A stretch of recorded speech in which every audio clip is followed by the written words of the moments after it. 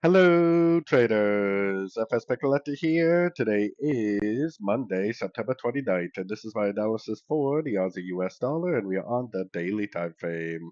So on the daily time frame, definitely a kind of a tough pair because of how overlapping it is. Looks like it just wants to continue to make three-way patterns everywhere.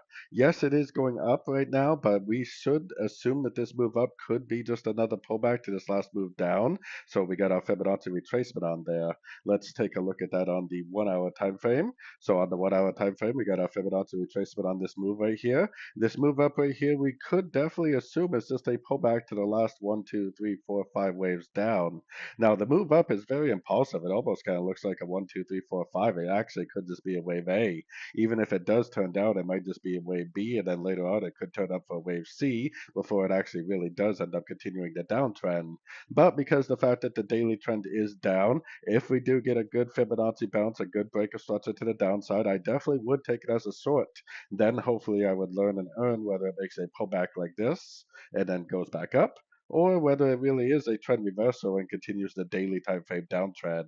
Only because the daily time frame is down, I definitely would take it as a short and risk it, whether it's a wave B or whether it's the continuation of the downtrend. So anyways, don't forget to check out my website linked over here in the corner. And as always, thank you for watching and happy trading.